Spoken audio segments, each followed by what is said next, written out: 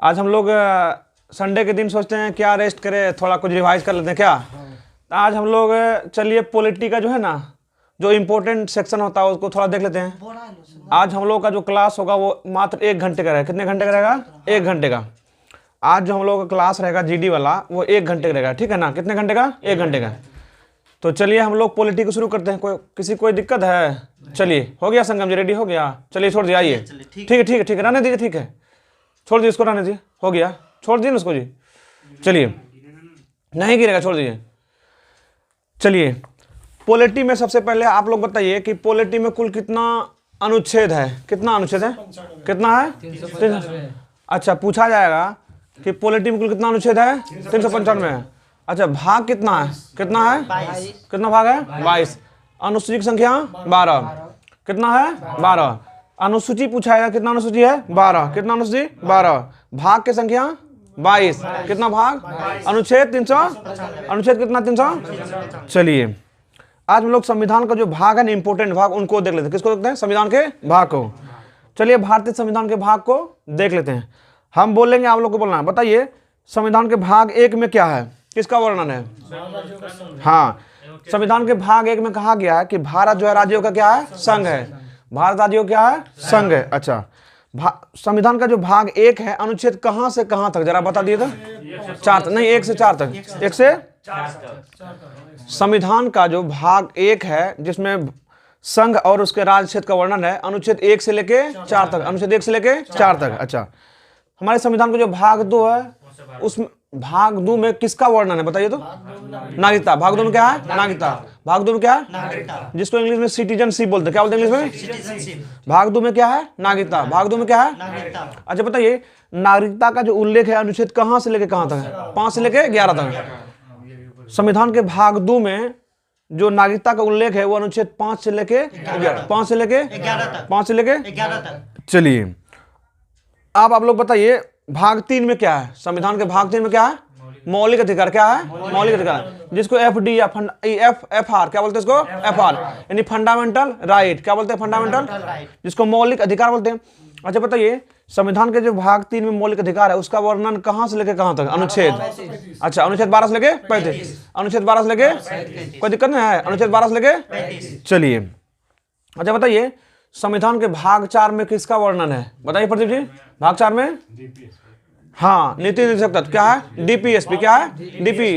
DPSP जिसको बोलते हैं डायरेक्टिव प्रिंसिपल स्टेट पॉलिसी, या जिसको हिंदी में बोलते हैं राज्य के नीति निर्देशक तत्व। अच्छा बताइए, राज्य के जो नीति निर्देशक तत्व है उसका जो वर्णन है अनुच्छेद कहां से लेके कहां तक? नहीं, 36 से लेके 51 तक। संविधान के जो भाग 4 है उसमें नीति निर्देशक तत्व का वर्णन है। ये जो वर्णन है अनुच्छेद 36 से लेके 51, अनुच्छेद 36 से लेके 51 तक। 36 से लेके 51। किसी को दिक्कत है ना? चलिए अच्छा बताइए, संविधान का जो भाग 4 का क है उसमें किसका वर्णन है? भाग 4 के क में किसका वर्णन है? बताइए तो। हाँ, कि क्या है? Fundamental duties. क्या है? संविधान का जो भाग 4 है उसमें FD यानी फंडामेंटल ड्यूटीज, जिसको मौलिक कर्तव्य बोलते हैं। क्या बोलते हैं? मौलिक कर्तव्य बोलिए या मूल कर्तव्य। अच्छा बताइए, जो मूल कर्तव्य है ये जो कौन सा अनुच्छेद में इसका वर्णन मिलता है? कितना? 51 का क या 51 का A। अगर हिंदी में पढ़िएगा तो इंग्लिश में पढ़िएगा तो A। 51 का क बोलिए, 51 का A। चलिए अच्छा बताइए, ये जो मूल कर्तव्य है जिसको मौलिक कर्तव्य बोलते हैं, इसको कौन सा संविधान संशोधन द्वारा हमारे संविधान में जोड़ा गया था? हाँ, 42वां संविधान संशोधन 1976। 42वां संविधान संशोधन 1976। अच्छा, समिति पूछेगा, सरदार स्वर्ण सिंह समिति। कौन समिति? अच्छा, ये पूछा जाएगा। बताइए, ये जो हमारे संविधान में मूल कर्तव्य को जोड़ा गया है कौन सी समिति के अनुशंसा पर? सरदार स्वर्ण सिंह समिति। सरदार स्वर्ण सिंह समिति। कौन सा संविधान संशोधन? तो 42वां संविधान संशोधन 1976। अच्छा, आपसे ये भी क्वेश्चन पूछा सकता है। बताइए, क्या हमारे मूल संविधान में मौलिक कर्तव्य का वर्णन मिलता है? तो नहीं मिलता। क्या मिलता है? नहीं। जो हमारे लोग का मूल संविधान था उसमें ये जो मौलिक कर्तव्य का वर्णन नहीं था। इसको 42वां संविधान संशोधन 1976 द्वारा इसको क्या किया गया है? जोड़ा गया। क्या किया गया है? जोड़ा गया। कोई दिक्कत नहीं किसी को? चलिए आज बताइए, आवाज कम कर दीजिए थोड़ा सा। संविधान का जो भाग 5 है, संविधान का भाग 5, बताइए संविधान के भाग 5 में किसका वर्णन मिलता है? किसका? संघ का। किसका? संघ का। पूछेगा संविधान के भाग 5 में किसका वर्णन मिलता है? संघ का। किसका मिलता है? संघ। किसका मिलता है? संघ। अच्छा बताइए, ये जो संविधान के भाग 5 है संघ, इसका वर्णन अनुच्छेद कहां से लेकर कहां तक? 52 से लेकर 151 तक। 52 से लेकर 151 तक। संविधान का जो भाग 5 है, संविधान का जो भाग 5 है जिसमें संघ की चर्चा है, इसका जो अनुच्छेद है वो 52 से लेकर 151 तक। 52 से लेकर 151। अच्छा बताइए, संविधान का जो भाग 6 है, संविधान का भाग कौन सा? 6 में किसका वर्णन मिलता है? राज्य का। किसका मिलता है? राज्य का। किसका मिलता है? पूछा जाएगा। बताइए संविधान के भाग 6 में किसका वर्णन मिलता है? राज्य का। अच्छा बताइए, ये जो संविधान के भाग 6 में राज्य है, इसका अनुच्छेद कहां से कहां तक है? 152 से लेकर 237 तक। 152 से लेकर 237 तक। 152 से लेकर 237 तक। 152 से लेकर 200। चलिए अच्छा बताइए, संविधान के भाग 7 में किसका वर्णन मिलता है? नहीं, संविधान का जो भाग 7 था ना, नहीं, 7 को निरसित कर दिया गया ना। हाँ, संविधान का जो भाग 7 था इसको हटा दिया गया। क्या कर दिया गया? हटा दिया गया। ठीक है ना। तो इसमें जो है ना अनुसूची, अच्छा पहली अनुसूची का जो भाग, सुनिए पूछा जाएगा। बताइए संविधान का जो भाग 7 है उसमें किसका वर्णन मिलता है? जो पहली अनुसूची का भाग ख का जो राज्य था ना, सुनिए पहला जो अनुसूची है ना, पहला अनुसूची के जो भाग ख में जो भी राज्य था उनका वर्णन था। किनका था? उनका वर्णन था। इनको क्या कर दिया गया है? निरसित कर दिया, यानी निरस्त कर दिया। क्या कर दिया गया? निरस्त, यानी इसको संविधान से हटा दिया गया। संविधान से हटा दिया। क्या कर दिया गया? संविधान से हटा दिया। क्या कर दिया गया? हटा दिया। ठीक है, क्या कर दिया गया? हटा दिया गया। ठीक है ना। चलिए क्लासेस में सर्च मारिए तो खुद क्लासेस। ठीक है ना। अच्छा बताइए, ये जो संविधान का भाग 7 था, ये अनुच्छेद को कौन सा अनुच्छेद में वर्णन था इसका? 238। कौन सा अनुच्छेद? 238, जिसको अभी वर्तमान संविधान में क्या कर दिया गया? हटा दिया। क्या कर दिया गया? हटा दिया गया। चलिए अच्छा बताइए, संविधान के भाग 8 में किसका वर्णन मिलता है? संघ राज्य क्षेत्र। किसका मिलता है? संघ और राज्य क्षेत्र, जिसको यूटी बोलते हैं। क्या बोलते हैं? UT, union territories. अच्छा बताइए, वर्तमान भारत में अभी कितना यूटी है? 8 है। कितना है? 8। कितना है? 8। अगर स्टेट की बात करेंगे 28। कितना राज्य है? स्टेट। इस प्रकार पूछा जाएगा कि हमारे भारत में 28 राज्य और 8 यूटी, यानी 8 केंद्र शासित प्रदेश है। अच्छा ये बताइए, ये जो जम्मू कश्मीर और जो लद्दाख यूटी बना, कब बना जानते हैं? नहीं, 31 अक्टूबर 2019 को। डेट याद रखना है, 31 अक्टूबर 2019 को। 31 अक्टूबर 2019 को। अच्छा ये बताइए, ये जो दादर नगर हवेली दमन दीव है, इनका विलय कब किया गया जानते हैं? बोलिए तो। 26 जनवरी 2020 को। हाँ, दादरा नगर हवेली जो दमन दीव है, इन दोनों को विलय कर दिया। क्या कर दिया गया? विलय, यानी मिला दिया। कब? 26 जनवरी 2020 को। कब मिला दिया गया है? 26 जनवरी 2020 को। चलिए अब बताइए, जो संविधान का भाग 9 है इसमें किसका वर्णन मिलता है? बताइए तो। पंचायत का। किसका मिलता है? पंचायत का। संविधान का जो भाग 9 है इसमें किसका वर्णन मिलता है? पंचायत। किसका वर्णन मिलता है? अच्छा बताइए, पंचायत राज का जो अनुच्छेद वो कहां से लेके कहां तक? 243 का क से लेके 9 तक। 243 का क से लेके 9 तक। क से लेके। अच्छा ये बताइए, संविधान का जो भाग 9 है इसको किस संशोधन द्वारा जोड़ा गया जानते हैं? कौन सा संशोधन? 73वां संविधान संशोधन 1992 या 93 द्वारा। 73वां संविधान संशोधन 1992 या 93। चलिए अच्छा बताइए, 9 का जो क है, संविधान का जो 9 का क है, इसमें किसका वर्णन मिलता है? पता है किसका वर्णन मिलता है? बोलिए तो। किसका वर्णन मिलता है? बोलिए। संविधान का भाग 9 का जो क है उसमें किसका वर्णन मिलता है? बोलिए प्रदीप जी। नगर पालिका। किसका वर्णन मिलता है? नगर पालिका का। संविधान का जो भाग 9 है, 9 का जो क है, उसमें किसका वर्णन मिलता है? नगर। किसका मिलता है? अच्छा बताइए, संविधान का जो भाग 9 का ख है उसमें किसका वर्णन मिलता है? बोलिए तो। सहकारी समिति। किसका वर्णन मिलता है? पूछा जाएगा। बताइए, संविधान का जो भाग 9 का ख है उसमें किसका वर्णन मिलता है? सहकारी समिति। किसका वर्णन मिलता है? सहकारी। चलिए अच्छा बताइए, संविधान का जो भाग 10 है, संविधान का भाग 10, उसमें किसका वर्णन मिलता है? बोलिए तो। अनुसूचित जाति और जनजातीय क्षेत्र। किसका वर्णन? अनुसूचित जाति और जनजातीय क्षेत्र। पूछा जाएगा कि जो संविधान का जो भाग 10 है, कौन सा भाग? 10 है, इसमें किसका वर्णन मिलता है? अनुसूचित जाति और जनजाति। अनुसूचित जाति और जनजाति। पूछेगा कि संविधान के किस भाग में अनुसूचित जाति और जनजाति को लेकर संविधान के भाग 10। अच्छा अनुच्छेद देख लीजिए, अनुच्छेद 244 का क, अनुच्छेद 244 और 244 का क, अनुच्छेद 244 और 244 का क। चलिए अच्छा बताइए, संविधान का जो भाग 11 है इसमें किसका वर्णन मिलता है? बताइए तो कुंदन जी, बताइए तो। संघ और राज्य के बीच संबंध, किसके किसके बीच? अच्छा, संविधान का जो भाग 11 है 11 है, उसमें किसका वर्णन मिलता है? संघ और राज्य के बीच संघ और राज्य के बीच संबंध। पूछा जाएगा, बताइए संविधान का जो भाग 11 है उसमें किसका वर्णन मिलता है? संघ और राज्य के बीच संबंध, संघ और राज्य के बीच संबंध। चलिए, ये जो अनुच्छेद है, अनुच्छेद 245 से 263 तक संघ और राज्य क्षेत्र के बीच जो संबंध है ना, इसका अनुच्छेद 245 से 263 तक, अनुच्छेद 245 से 263 तक। चलिए, संविधान का जो भाग 12वां है, 12वां भाग, उसमें किसका वर्णन मिलता है? बताइए तो। हाँ, वित्त संपत्ति और संविदा, वित्त संपत्ति और संविदा। पूछा जाएगा, बताइए संविधान के भाग 12 में किसका वर्णन मिलता है? वित्त संपत्ति और संविदा, वित्त संपत्ति और संविदा। अच्छा, बताइए ये जो वित्त संपत्ति और संविदा है, इनका वर्णन अनुच्छेद कहां से लेकर कहां तक है? 264 से लेकर 300 का क तक, 264 से लेकर 300 का क तक, 264 से लेकर 300 का क तक। चलिए, अच्छा बताइए भाग 13 में, संविधान के भाग 13 में बताइएगा कि संविधान के भाग 13 में किसका वर्णन मिलता है? बताइए तो।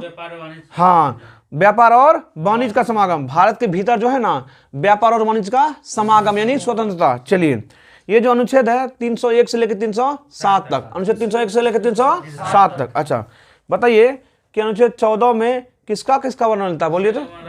हाँ, भाग 14 में हाँ, जो यूपीएससी होता है, यूपीएससी और जितना भी स्टेट पीसीएस, यूपीएससी और स्टेट पीसीएस। सुनिए, पूछा जाएगा, बताइए संविधान के भाग 14 में, संविधान के भाग 14 में किसका वर्णन मिलता है? संविधान के, हाँ सुनिए, यूपीएससी और स्टेट पीसीएस, संघ और राज्य क्षेत्र के बीच जो अधीन सेवाएं होता है उन्हीं का वर्णन मिलता है। किसका मिलता है? सीधा बोलिए, यूपीएससी और स्टेट पीसीएस, यूपीएससी और स्टेट पीसीएस। इसका अनुच्छेद देखिएगा तो अनुच्छेद 308 से लेकर 323 तक, 308 से लेकर 323 तक। पूछा जाएगा, बताइए यूपीएससी यानी यूपीएससी और स्टेट पीसीएस या संघ एवं राज्य क्षेत्र के बीच जो अधीन सेवाएं होती हैं उनका वर्णन भारतीय संविधान के किस भाग में है? भाग 14, भाग 14 किस भाग में? 14 में। अनुच्छेद कौन सा है? 308 से लेकर 323 तक, 308 से लेकर 323 तक, अनुच्छेद 308 से लेकर 323 तक। चलिए, अब जो 14 का क आता है, 14 का क, जो संविधान का भाग 14 का क है, उसमें ट्रिब्यूनल है। क्या है? ट्रिब्यूनल, जिसको अधिकरण बोलते हैं। क्या बोलते हैं? अधिकरण। क्या बोलते हैं उसको? अधिकरण। हाँ, न्यायाधिकरण या अधिकरण बोलिए। चलिए, ये जो है अनुच्छेद 323 का क, 323 का ख, 323 का क और 323 का ख में वर्णन इसका। चलिए, अब बताइए संविधान के भाग 15 में किसका वर्णन मिलता है? बताइए तो। हाँ, निर्वाचन। किसका? भारतीय निर्वाचन आयोग या चुनाव आयोग जो होता है इसका वर्णन किसका मिलता है? चुनाव आयोग या निर्वाचन। चलिए, अच्छा बताइए इसका जो वर्णन है अनुच्छेद कहां से लेकर कहां तक? हाँ, 324 लेकर 329 तक, 324 लेकर 329 तक। बताइए भारतीय जो निर्वाचन होता है, निर्वाचन संविधान के किस भाग में है? 15 भाग में। कौन सा भाग में? 15वां भाग में। अनुच्छेद बोलिए 324 लेकर 324 लेकर 329 तक। चलिए, आप बताइए संविधान के भाग 16 में किसका चर्चा है? संविधान के भाग 16 में कुछ वर्गों के लिए विशेष उपबंध, किस वर्गों के लिए विशेष उपबंध। पूछा जाएगा कि भाग 16 में किसकी चर्चा है? कुछ वर्गों के लिए विशेष उपबंध, कुछ वर्गों के लिए विशेष उपबंध। अनुच्छेद 330 से लेकर 342 तक, अनुच्छेद 330 से लेकर 342 तक, अनुच्छेद 330 से लेकर 342 तक। चलिए, हाँ वही निम्न वर्ग जो SC ST होता है ना, वही सब कम्युनिटी के लिए। हाँ, चलिए, अच्छा बताइए संविधान का जो भाग 17, कौन सा भाग? 17, भाग 17 में किसका वर्णन मिलता है? राजभाषा। किसका? राजभाषा। बताइए संविधान के भाग 17 में किसका वर्णन मिलता है? राजभाषा। किसका मिलता है? राजभाषा। अच्छा बताइए ये जो राजभाषा है इसका अनुच्छेद कहां से लेकर कहां तक है? बताइए तो कुंदन जी। 343 351, 343 351। राजभाषा जो है राजभाषा का जो वर्णन है अनुच्छेद 343 से 351 तक, 343 से 351 तक। चलिए, आप बताइए संविधान का जो भाग 18 है उसमें किसका प्रावधान किया गया है, यानी किसका वर्णन मिलता है? बोलिए तो। आपात उपबंध। किसका? आपात उपबंध। किसका? आपात उपबंध। पूछा जाएगा कि बताइए संविधान के भाग 18 में किसका वर्णन है? तो आपात उपबंध। किसका वर्णन है? आपात उपबंध। किसका? अच्छा, ये जो आपात उपबंध है 352 से लेकर 360 तक, अनुच्छेद जो है इसका 352 से लेकर 360 तक, 352 से लेकर 360 तक। चलिए, हाँ वित्तीय आपात है, राष्ट्रपति शासन है। हाँ, वो राष्ट्रीय वित्तीय आपात है। चलिए 300। चलिए, अच्छा भाग 19 में किसका वर्णन है? बोलिए तो। प्रकीर्ण। क्या है? प्रकीर्ण। क्या है? प्रकीर्ण। अच्छा 300, हाँ मिसलेनियस को बोलते हैं। 361 से लेकर 367, 361 से लेकर 367। अच्छा बताइए संविधान के भाग 20 में, संविधान के भाग 20 में किसका प्रावधान, बोले तो संविधान संशोधन। संविधान पूछा जाएगा, बताइए संविधान के भाग 20 में किसका प्रावधान है, कि संविधान संशोधन। संविधान संशोधन किसका वर्णन है, संविधान संशोधन। किसका वर्णन है, संविधान संशोधन। पूछा जाएगा, बताइए संविधान के भाग 20 में किसका वर्णन मिलता है, संविधान संशोधन। किसका मिलता है? अच्छा बताइए, संविधान संशोधन के लिए हमारे संविधान में कौन सा अनुच्छेद का प्रावधान किया गया, बोलिए तो 368। कौन सा? पूछा जाएगा, बताइए भारतीय संविधान के संशोधन के लिए कौन सा अनुच्छेद है, 368। या पूछा जाएगा हमारे भारतीय संविधान में संशोधन किस अनुच्छेद के तहत होता है, 368। किस अनुच्छेद के तहत, 300। चलिए आप बताइएगा कि भारतीय संविधान का जो भाग, भारतीय संविधान के भाग जो 21 है, इसमें किसका वर्णन मिलता है, बोलिए तो हाँ, अस्थायी संक्रमणशील और विशेष उपवन। अस्थायी संक्रमणशील और विशेष उपवन। पूछा जाएगा, बताइए भारतीय संविधान का जो भाग 21 है, इसमें किसका वर्णन मिलता है, अस्थायी संक्रमणशील और विशेष उपवन। अस्थायी संक्रमणशील और विशेष उपवन। अस्थायी संक्रमणशील और विशेष उपवन। अच्छा ये बताइए इसका अनुच्छेद कहां से कहां तक, 369 से लेकर 392। 369 से लेकर 392। चलिए आप बताइए संविधान का जो 22वां और लास्ट भाग है, इसमें किसका वर्णन मिलता है, बोलिए प्रदीप जी। संक्षिप्त नाम है, प्रारंभ है, हिंदी में प्राधिकृत पाठ है और निरसन है। क्या है? निरसन है। अच्छा बताइए ये जो भाग 22 है, यह अनुच्छेद कहां से कहां तक फैला हुआ, बोलिए तो 395। 393 से लेकर 395। संविधान का जो भाग 22 है, इसका वर्णन अनुच्छेद कहां से लेकर कहां था, 393 से लेकर 393 से लेकर 300। कोई दिक्कत है किसी को? अच्छा ये तो हो गया ना, ये संविधान का क्या था, महत्वपूर्ण भाग था। इसको आप लोग क्या कीजिएगा, अगले संडे फिर इसको रिवाइज करेंगे ना। इसको क्या करना है, पढ़ लेना। क्या करना है, पढ़ लेना। चलिए अब हम लोग संविधान की जो प्रमुख अनुसूची है, इनके बारे में देख लेते हैं। क्या देख लेते हैं, संविधान की प्रमुख अनुसूची। अच्छा बताइए भारत का जो संविधान है, भारत के मूल संविधान में कितना अनुसूची का प्रावधान था, बोलिए तो नहीं, अनुसूची कितना था, 8 है। कितना था, 8। सुनिए ये पूछा जाएगा कि हमारे जो मूल संविधान था, जब संविधान प्रारंभ में बना था, उसमें कितना अनुच्छेद था, 8 था। कितना था, 8 था। अभी कितना है, 12। अभी कितना है, 12। मूल संविधान में कितना अनुच्छेद था, 8। मूल संविधान कितना अनुच्छेद था, अभी कितना है, 12। अच्छा बताइए संविधान का जो पहली अनुसूची है, उसमें किसका वर्णन है, बताइए तो। भारत राज्यों क्या है, संघ है। भारत राज्यों क्या है, संघ है। पहली अनुसूची में ये कहा गया है भारत राज्यों क्या है, संघ है। मतलब भारत राज्यों का संघ है, यानी संघ राज्य क्षेत्र के बारे में वर्णन है ना। चलिए अच्छा बताइए भारत में कितना राज्य और कितना यूटी है, 28 राज्य और 8 अच्छा 28 राज्य और 8 यूटी। 28 राज्य और 8 यूटी। चलिए अच्छा बताइए, अच्छा यहाँ दिया हुआ है जो राष्ट्रीय राजधानी दिल्ली है ना, राष्ट्रीय राजधानी क्षेत्र दिल्ली, उसको किस संविधान संशोधन द्वारा दर्जा मिला है, बोलिए तो 69वां। कौन सा, 69वां। हाँ 69वां संविधान संशोधन द्वारा जो है ना, 69वां संविधान संशोधन द्वारा जो दिल्ली है उसको राष्ट्रीय राजधानी क्षेत्र का दर्जा मिला। क्या मिला था, दर्जा। पूछा जाएगा बताइए जो दिल्ली है, दिल्ली उसको राष्ट्रीय राजधानी क्षेत्र का दर्जा किस संविधान संशोधन द्वारा मिला, 69वां। कौन सा, 69वां। 69 कॉन्स्टिट्यूशन जो अमेंडमेंट बिल है, उसके तहत दिल्ली को राष्ट्रीय राजधानी क्षेत्र का क्या मिला, दर्जा मिला। क्या मिला है, ठीक है। आप बताइएगा भारतीय संविधान का जो दूसरी अनुसूची है, उसमें किसका किसका वर्णन है, बताइए तो। वेतन और भत्ता। वेतन और किसका है, अच्छा पूछा जाएगा बताइए कि भारतीय संविधान का जो दूसरी अनुसूची है, उसमें किसका वर्णन है, वेतन भत्ता और पेंशन का। वेतन भत्ता और पेंशन का। चलिए वेतन भत्ता और पेंशन का। अच्छा बताइए भारतीय संविधान का जो तीसरी अनुसूची है, उसमें किसका किसका वर्णन है, शपथ ग्रहण। किसका है, शपथ ग्रहण। जो संविधान का तीसरी अनुसूची है, उसमें किसका वर्णन है, शपथ ग्रहण। किसका है, अच्छा अब बताइएगा जो चौथी अनुसूची है, उसमें किसका वर्णन है, किस, हाँ राज्यसभा में सीटों का आवंटन। चौथी अनुसूची में किसका वर्णन है, राज्यसभा की सीटों का आवंटन।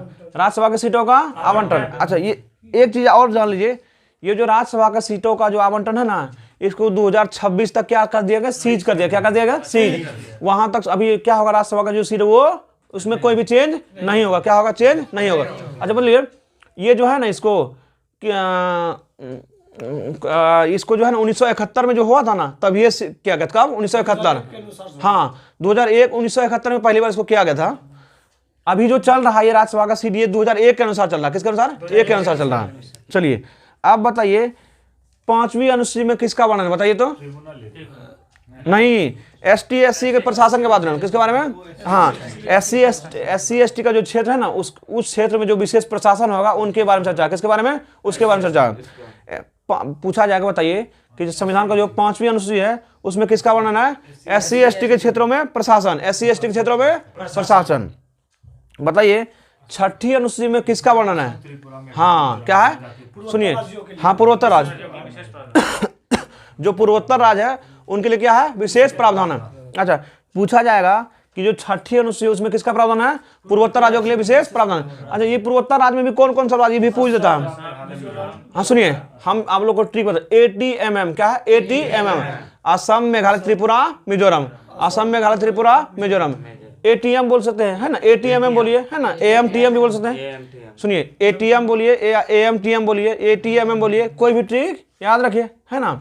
कौन सा राज्य है? असम, मेघालय, त्रिपुरा, मिजोरम। 4 राज्य का वर्णन। कितना राज्य का? 4 राज्य का। अब बताइए, अच्छा बताइए, जो संविधान का 7वीं अनुसूची है उसमें किसका वर्णन मिलता है? बोलिए तो। नहीं, 7वीं अनुसूची में केंद्र और राज्य के बीच संबंध है ना, उसमें सूची का प्रावधान है। संघ सूची, राष्ट्र सूची, समवर्ती सूची। चलिए, इसमें केंद्र और राज्य के बीच जो शक्ति का विभाजन है उनके बारे में वर्णन किसका है? हाँ, और जो ये अनुसूची होता है तीनों को, संघ सूची, राज सूची, समवर्ती सूची, इन तीनों के जो प्रावधान कौन सी अनुसूची में? 7वीं अनुसूची। कौन सी अनुसूची? 7वीं। अब आप लोग बताइए, ये जो संघ सूची है, संघ सूची पर कानून कौन बना सकता है? बोलिए तो। कौन बना सकता है? केंद्र सरकार। संघ सूची में कानून कौन बना सकता है? कौन बना सकता है? संघ सूची में कानून केवल केंद्र सरकार बना सकता है। अच्छा बताइए, संघ सूची में अभी कितना विषय है? 100। अभी कितना है? 100। पहले कितना था? 97। पहले कितना था? संघ सूची में पहले 97 विषय था। कितना था? 97। इसमें अभी 100 विषय। कितना विषय? देखिए, संघ सूची में जैसे विदेशी मामला आ गया, देश की प्रतिरक्षा हो गया, ठीक है, युद्ध हो गया, शांति हो गया, रेल हो गया, डाक हो गया, इन सब के बारे में जो कानून बनता है, मुद्रा हो गया, बैंकिंग हो गया, ठीक है, परमाणु हो गया, इन सब के बारे में जो कानून कौन बनाता है? केंद्र सरकार बनाता है। कौन बनाता है? केंद्र सरकार। इसीलिए इसको किस सूची में रखा गया है? संघ सूची। कौन सूची में? संघ सूची। चलिए, अब आता है दूसरा, राज सूची। कौन सूची? राज सूची। अच्छा बताइए, राज्य सूची में कानून बनने का किसको अधिकार है? बोलिए तो। किसको? राज्य सरकार। किसको? राज्य सरकार। राज्य सूची में जो कानून बनने का अधिकार है वो किसको है? राज्य सरकार। किसको है? राज्य सरकार। राज्य सूची में कानून बनने का अधिकार किसको है? राज्य सरकार। अच्छा बताइए, राज्य सूची में वर्तमान में कितना विषय है? 61 है। कितना है? 61। 61 कितना है? राज्य सूची में वर्तमान में भी कितना विषय है? 61। कितना है? 61, जिसको 61 बोलते हैं। पहले कितना था? 66। पहले कितना था? 66। कितना था? 5 गो विषय जो है ना, राज्य सूची का हटा के समवर्ती सूची में डाल दिया। कहाँ डाल दिया? समवर्ती सूची में। कहाँ डाल दिया है? समवर्ती सूची में। चलिए, राज्य सूची पता है क्या कहता है? शांति हो गया, व्यवस्था हो गया, पुलिस हो गया, जेल हो गया, कृषि हो गया, ठीक है ना, व्यवहार न्यायालय हो गया, स्वास्थ्य हो गया, कृषि हो गया, है ना, ये सब किसमें आएगा? राज्य सूची में। किसमें आएगा? राज्य सूची में। अब बताइए, समवर्ती सूची। समवर्ती सूची में कानून बनाने का किसको अधिकार है? किसको है? दोनों को। केंद्र सरकार भी बना सकता है और राज्य सरकार भी बना। कौन बना सकता है? केंद्र सरकार भी और राज्य। देखिए, अगर विवाद की स्थिति पैदा हो जाए उसमें अधिक माना किसको जाएगा? हाँ, प्रायोरिटी यानी प्राथमिकता किसको दी जाएगी? केंद्र सरकार। किसको दी जाएगी? केंद्र सरकार को। चलिए, अच्छा बताइए, अभी समवर्ती सूची में कुल कितने विषय है? कितना है? 52 है। कितना है? 52। कितना है? 52। पहले कितना था? 47। कितना था? 47। पूछा जाएगा, बताइए, समवर्ती सूची में पहले कितना विषय था? 47। कितना था? 47। अभी कितना है? अभी कितना है? 52। बताइए कि समवर्ती सूची में वर्तमान में कितना विषय है? 52। ये जो 5 गो विषय है ना, वो राज्य सूची उठ के कहाँ आया? समवर्ती सूची में। कहाँ आया है? समवर्ती सूची में। चलिए, समवर्ती सूची में क्या होता है? जैसे देखिए, दीवानी हो गया, फौजदारी हो गया, कानून हो गया, विवाह तलाक हो गया, है ना, समाचार पत्र हो गया, बिजली हो गया, वन हो गया, इन सब पर जो कानून है, केंद्र सरकार हो या राज्य सरकार, दोनों मिलकर बनाता है। क्या कहता है? मिलकर बनाता है। चलिए, अब आता है संविधान की 8वीं अनुसूची। कौन सी अनुसूची? बताइएगा आप लोग कि संविधान के 8वीं अनुसूची में किसका प्रावधान है? बताइए तो। 22 भाषाओं। किसका? 22 भाषाओं। कितना? किसका? ये क्वेश्चन पूछा जाता है। बताइए, मूल संविधान में कितना भाषा था? 14 भाषा। कितना था? 14। कितना था? 14 भाषा। कितना था? 14। मूल संविधान में कितनी भाषाएं थी? 14। कितनी भाषाएं थी? 14। अरे बताइए, जो संविधान का जो 8वीं अनुसूची है इसमें कितनी भाषाओं को उल्लेख है? 22 भाषा। कितना भाषा? अच्छा, अब देखिए, ये जो 15वीं भाषा है, 15वीं भाषा जिसको सिंधी बोलते, क्या बोलते हैं? सिंधी। सिंधी को 15वां भाषा बनाया। कौन सा भाषा? 15वां। ये जो सिंधी है ना, इसको 21वां संविधान संशोधन, कौन सा संविधान? 21वां संविधान संशोधन 1967 द्वारा, कौन सा द्वारा? 21वां संविधान संशोधन 1967 द्वारा सिंधी को 15वीं भाषा के रूप में जोड़ा गया। कौन सा भाषा के रूप में? चलिए अब देखिए 71वां संविधान संशोधन जो 1992 में हुआ था, क्या हुआ था? 1992। इसमें 3 भाषा, कितना भाषा? 3 भाषा, कितना? 3। KMN, कौन सा? KMN, ठीक है। KMN, कौन सा? KMN, कोंकणी, मणिपुरी, नेपाली, कौन सा है? कोंकणी, मणिपुरी और नेपाली, कोंकणी, मणिपुरी और नेपाली। पूछा जाएगा, बताइए कोंकणी कहाँ की भाषा है? गोवा है सबके, कहाँ के? गोवा, कहाँ के? गोवा है ना। कोंकणी कहाँ के? गोवा के। कोंकणी, मणिपुरी और नेपाली, कोंकणी, मणिपुरी और नेपाली। सिक्किम में नेपाली बोलते, कहाँ? सिक्किम में नेपाली, सिक्किम में, क्योंकि सिक्किम नेपाल की तरफ पड़ता है इसलिए सिक्किम में नेपाली, सिक्किम में। चलिए मणिपुरी, मणिपुर, मणिपुरी, चलिए कोई दिक्कत नहीं है। अब देखिए उसके बाद जो 92वां संविधान संशोधन 2003 आया, कौन सा आया? 2003। इसमें 4 भाषा, कितने भाषा है? 4 भाषा है। इसका ट्रिक है MBDS, क्या ट्रिक है? MBDS, क्या ट्रिक? MBDS। अब देखिए M से होता है मैथिली, B से बोडो, D से डोगरी, S से संथाली। पूछा जाएगा, बताइए सुनिए ये जो 4 भाषा है मैथिली, बोडो, डोगरी और संथाली, इसको किस संविधान संशोधन जोड़ा गया है? हाँ 92वां संविधान संशोधन 2003 द्वारा, 92वां संविधान संशोधन 2003 द्वारा। कोई दिक्कत नहीं है। इसका ट्रिक क्या है?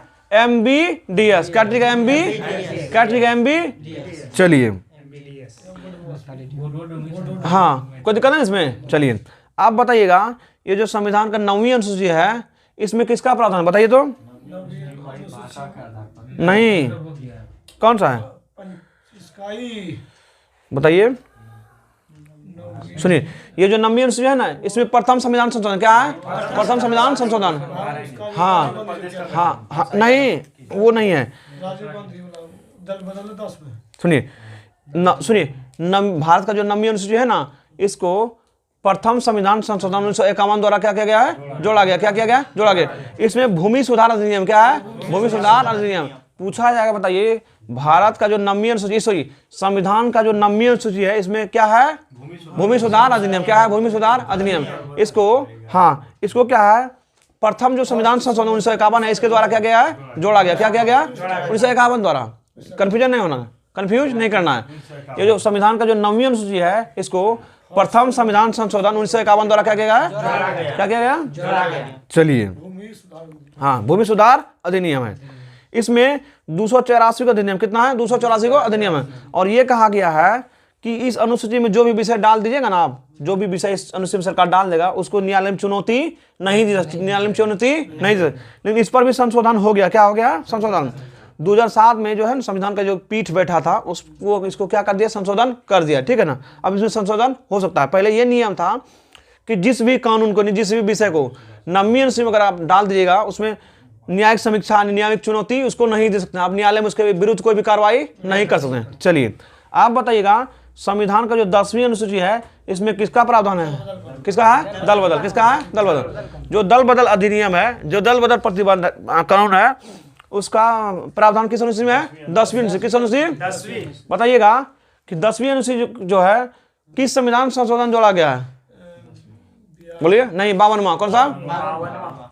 10वीं अनुसूची जो है ना, 10वीं अनुसूची को 52वां संविधान संशोधन 1985 द्वारा, किसके द्वारा? 1985 द्वारा। 10वीं अनुसूची को 52वां संविधान संशोधन 1985 द्वारा क्या किया गया? जोड़ा गया। क्या किया गया? चलिए आप बताइएगा संविधान को जो 11वीं अनुसूची है इसमें किसका वर्णन मिलता है? बताइए तो। पंचायत राज। किसका मिलता है? पंचायत राज। पूछा जाएगा कि जो संविधान का जो 11वीं अनुसूची कौन सी है? 11वीं अनुसूची, इसमें किसका वर्णन मिलता है? पंचायत। किसका मिलता है? पंचायत का। अच्छा बताइएगा ये जो 11वीं अनुसूची है इसको कब जोड़ा गया? बताइए तो। 73वां। सुनिए 73वां संविधान संशोधन 1993। कौन सा? 1993। 73वां संविधान संशोधन 1993 द्वारा। 73वां संविधान संशोधन 1993 द्वारा 11वीं अनुसूची में पंचायत राज को क्या किया गया? जोड़ा गया। क्या किया गया? जोड़ा गया। अगर अनुच्छेद में पूछेगा पंचायत राज व्यवस्था कितना अनुच्छेद में है? नहीं वो तो है ग्राम पंचायत का गठन पूछेगा अनुच्छेद 40 में। कितना में? 40 में। ग्राम पंचायत का गठन पूछे अनुच्छेद 40 में। अनुच्छेद 40। चलिए अच्छा बताइएगा ये जो पंचायती राज व्यवस्था है इसको कितने विषय पर कानून बनाने का अधिकार है? 29। कितना विषय? 29। कितना विषय? चलिए इसको याद रखने का ट्रिक ये भी है, इसमें 29 विषय है ना, और 9 और 2 को जोड़िए कितना होता है? 11। इसलिए 11वीं जो अनुसूची है वो किससे संबंधित है? पंचायत राज व्यवस्था। किससे है? पंचायत राज व्यवस्था। पूछा जाएगा कि संविधान का जो 11वीं अनुसूची है वो किससे संबंधित है? पंचायत राज व्यवस्था से। किससे? चलिए, संविधान का जो 11वीं अनुसूची है किससे संबंधित है? पंचायत राज व्यवस्था से। आप बताइएगा संविधान का जो 12वीं अनुसूची है ये किससे संबंधित है? किससे? नगर पालिका। किससे? प्रदीप जी बताइएगा संविधान का जो 12वीं अनुसूची है किससे संबंधित है? बताइएगा राहुल जी, ये जो 12वीं अनुसूची है किससे संबंधित है? नगर पालिका। अच्छा बताइए, ये जो नगर पालिका है इसको किस संविधान संशोधन जोड़ा गया? हाँ, 74वां संविधान संशोधन 1993, दोनों 93 में है। 74वां संविधान संशोधन 1993 पूछा जाएगा ये जो नगर पालिका है, नगर पालिका इसको किस संविधान संशोधन द्वारा जोड़ा गया? कौन सा? हाँ, 74वां संविधान संशोधन 1993 द्वारा जो संविधान की 12वीं अनुसूची है उसमें कौन सा विषय प्रावधान किया? नगर पालिका। किसका? नगर। अच्छा बताइएगा ये जो नगर पालिका है इसको कितने विषय पर कानून बनाने का अधिकार है? कितना विषय? 18 विषय। कितने विषय? पूछा जाएगा। बताइए ये जो नगर पालिका है कौन सा? नगर पालिका। नगर पालिका को कितने विषय पर कानून बनाने का अधिकार है? कितना विषय? 18 विषय। पूछा जाएगा नगर पालिका कितने विषय पर कानून बनाने का अधिकार है? 18। नगर पालिका को 18 विषय पर कानून बनाने का अधिकार प्राप्त है। ठीक है, क्या है? प्राप्त है। ये जो हम लोग का 12 अनुसूची है ये क्या हो गया? कंप्लीट हो गया। कोई दिक्कत है? कल अगला दिन आप लोग को संविधान का जो इंपॉर्टेंट भाग बताया उसको पढ़ के आना है। जो संविधान की प्रमुख अनुसूची था इसको पढ़ के आना। क्या कोई दिक्कत है? कितना टाइम हुआ देखिए तो? आज हम लोग एक के दिन पढ़ना। अभी समय है ना? चलिए, अगर टाइम है तो टाइम है ना? अभी टाइम है ना? अच्छा रुकिए, अगर टाइम है तो हम लोग 20 मिनट क्या करते हैं? स्टैटिक जीके देख लेते हैं। क्या करते हैं? 20 मिनट स्टैटिक। आज संडे है इसीलिए हम लोग आज जो है हम लोग का जीडी 8 बजे तक रहेगा, है ना? एक घंटा रहेगा। चलिए आज हम लोग थोड़ा सा स्टैटिक जीके देख लेते हैं। कोई दिक्कत है? क्या करते हैं? क्या बोला? Static GK. हाँ चलिए। अच्छा कल हम लोग विश्व का कुल संसद को देख लिए थे ना? किस देश में सांसद को क्या बोला था? देख लिए थे ना? चलिए आज हम लोग सुनिए, मन लगता है मुझे? चलिए पूरा मन लगता है। ठीक है, चलिए आज हम लोग अंतर्राष्ट्रीय सीमा देखने, क्या देखने वाला? अंतर्राष्ट्रीय सीमा। अच्छा आप लोग बताइएगा ये जो मैकमोहन रेखा किन दो देशों के बीच है? भारत और चीन के बीच। भारत और चीन के बीच पूछा जाएगा। बताइए मैकमोहन रेखा किन दो देशों के बीच? अच्छा मैकमोहन रेखा भारत और चीन के बीच। मैकमोहन रेखा भारत और चीन के बीच। कोई दिक्कत है इसमें? मैकमोहन रेखा भारत और चीन के बीच। मैकमोहन रेखा भारत और चीन के बीच कोई दिक्कत है ना? चलिए अच्छा आप बताइएगा ये जो रेड क्लिप रेखा किन दो देशों के बीच है? रेड क्लिप रेखा भारत पाकिस्तान। रेड क्लिप रेखा भारत और रेड क्लिप रेखा भारत और रेड क्लिप रेखा भारत और पाकिस्तान के बीच में पूछा जाएगा। बताइए ये जो रेड क्लिप रेखा है किसके किसके बीच है? भारत और पाकिस्तान के बीच। किसके किसके बीच है? भारत और पाकिस्तान के बीच। रेड क्लिप रेखा किन दो देशों के बीच है? चलिए आप बताइएगा ये जो हिंडनबर्ग रेखा कौन सा रेखा है? हिंडनबर्ग। कौन सा रेखा? हिंडनबर्ग। कौन सा रेखा? हिंडनबर्ग। कौन सा रेखा? हिंडनबर्ग रेखा किन दो देशों के बीच है? बताइए तो। नहीं, जर्मनी और पोलैंड। जर्मनी और पोलैंड के बीच। जर्मन और पोलैंड के बीच पूछा जाएगा। बताइए ये जो हिंडनबर्ग रेखा कौन सा रेखा? हिंडनबर्ग रेखा किन दो देशों के बीच है? बताइए तो। जर्मनी और पोलैंड के बीच। जर्मनी और पूछा जाएगा। बताइए ये जो हिंडनबर्ग रेखा है किन दो देशों के बीच है? जर्मनी और पोलैंड के। जर्मनी और कोई दिक्कत है? जर्मनी और चलिए जर्मनी और पोलैंड के। जर्मनी और पोलैंड के बीच हिंडनबर्ग रेखा किन दो देशों के बीच है? जर्मनी और चलिए आप बताइएगा ये जो 38वीं समांतर रेखा कौन सा है? 38वीं समांतर रेखा किन दो देशों के बीच है? 38वीं जो समांतर रेखा किन दो देशों के बीच है? बताइए तो। उत्तरी कोरिया एवं दक्षिणी कोरिया। उत्तरी कोरिया एवं बताइएगा ये जो हिंडनबर्ग रेखा है, सॉरी नहीं, 38वीं समांतर रेखा किन दो देशों के बीच है? जर्मनी और पोलैंड के बीच। नहीं गलती हो गई। सुनिए 38वीं जो समांतर रेखा है वो उत्तरी कोरिया एवं दक्षिणी कोरिया। उत्तरी कोरिया एवं पूछा जाएगा। बताइए ये जो 38वीं समांतर रेखा है कौन सी रेखा?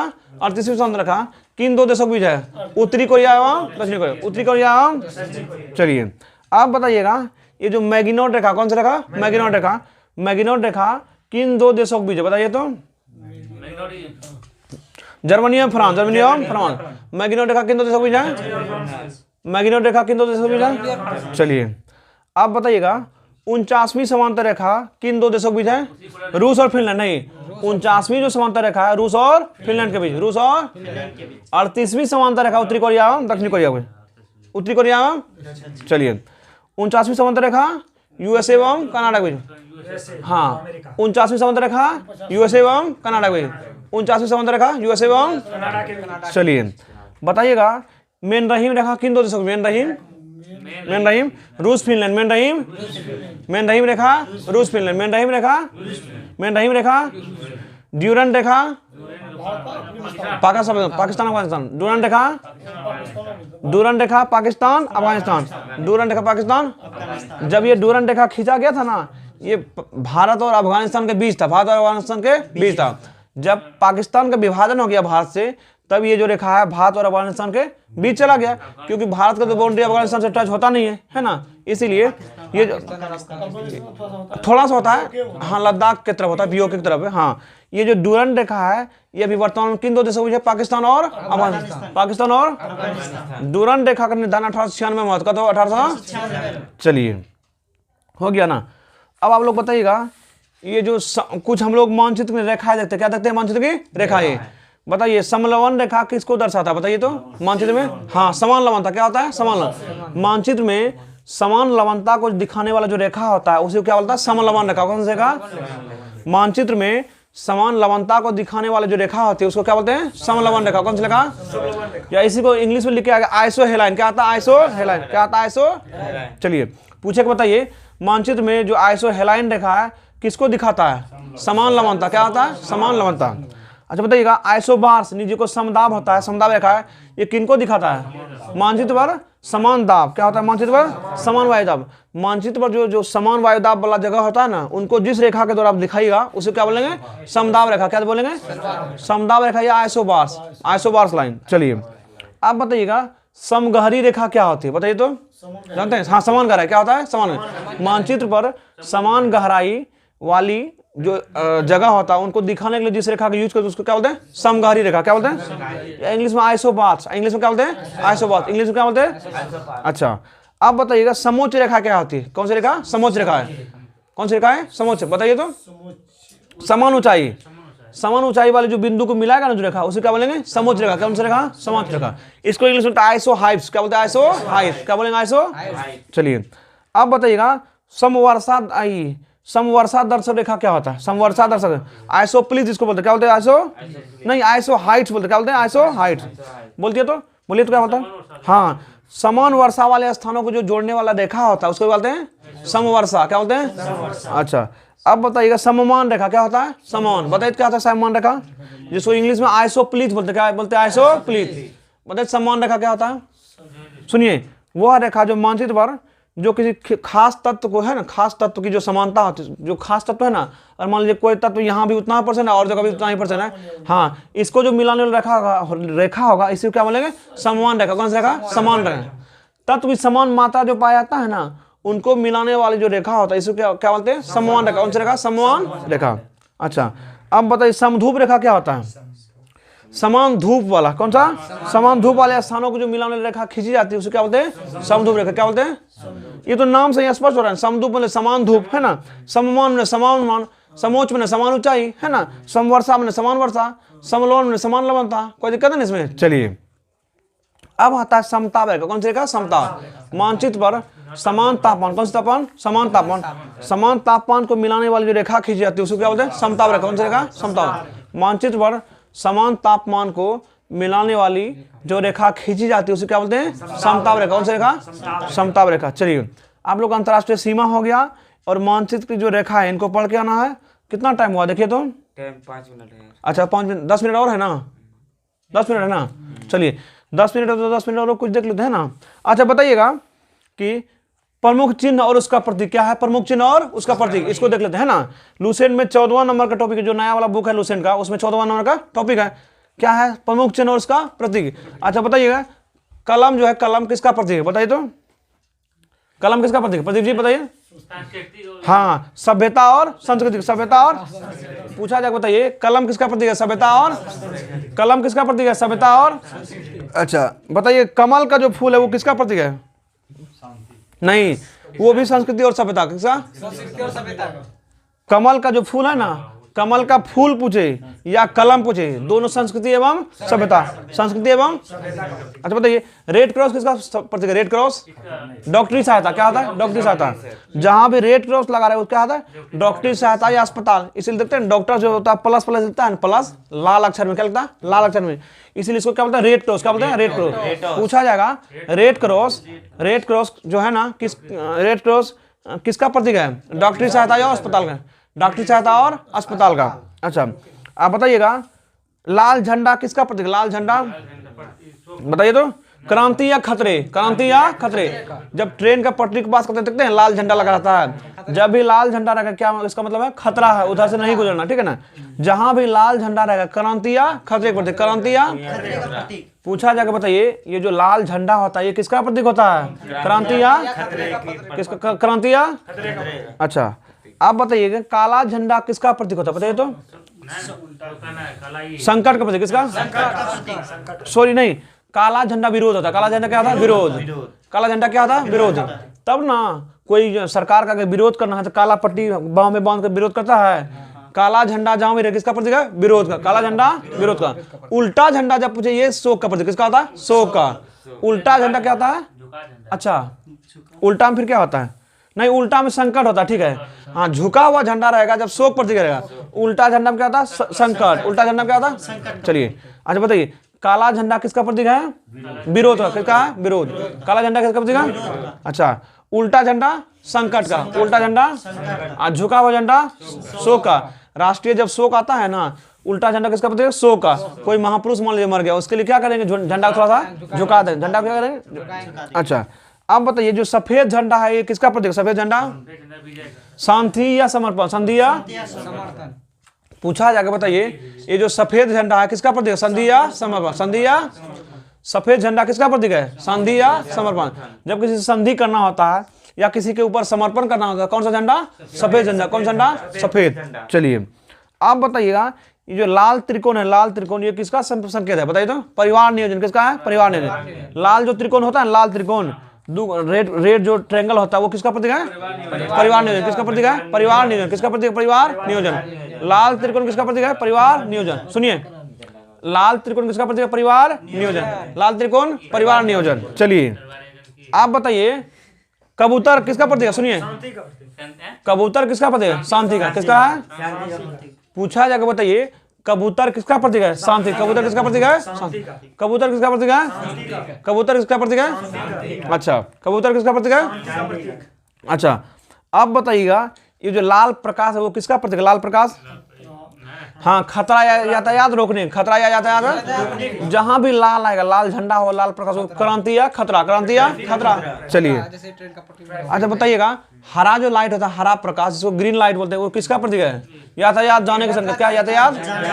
रेलवे स्टेशन देखते हैं ना, दिखाता है ग्रीन लाइट। अच्छा हरा झंडा भी दिखाता है। जो ग्रीन लाइट होता है या हरा प्रकाश होता है या हरा झंडा किसका प्रतीक है? यातायात जाने का। यातायात को जाने का प्रतीक। अच्छा बताइए, आंख पर जो बंधी हुई पट्टी और जो हाथ पर तराजू लिए स्त्री, ठीक है ना, किसका? न्याय का। आंख पर बंधी हुई काली पट्टी और हाथ में तराजू, ये जब रहेगा किसका प्रतीक है? न्याय। क्या? किसका प्रतीक है? न्याय। पता है संविधान क्या कहता है? संविधान ये कहता है मेरे लिए क्या है? सब बराबर। क्या है? सब बराबर। इसीलिए वो आंख में पट्टी बांधता है ना, सब वो सबके लिए क्या है? बराबर है। चलिए जैसे सर के लिए विद्यार्थी बराबर। हाँ चलिए अच्छा बताइए, एक दूसरे को काटती हुई दो हड्डियां और ऊपर खोपड़ी, ठीक है ना, दो हड्डियां और ऊपर खोपड़ी, किसका प्रतीक है? खतरा। किसका है? खतरा। आप लोग देखिए ट्रांसफार्मर में जहां बिजली वाला खतरा रहेगा, डेंजर, डेंजर लिखा रहेगा।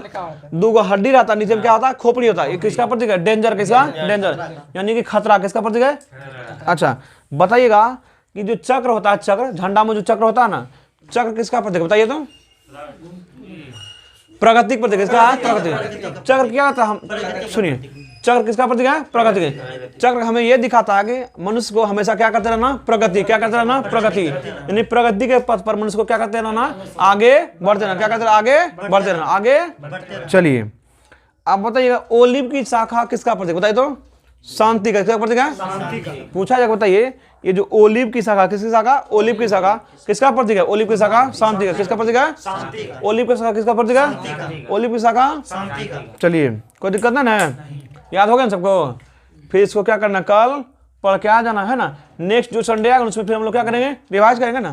क्या अमोद जी बोलिए, याद हो जाएगा ना आप लोगों का। हाँ अनमोल जी है जो सॉरी अमोद जी जो है हमारे चैनल का या हमारे ग्रुप डिस्कशन नया सदस्य बना है, इनके लिए इसको बहुत बहुत धन्यवाद दें। किसको, अमोद जी को, ठीक है ना।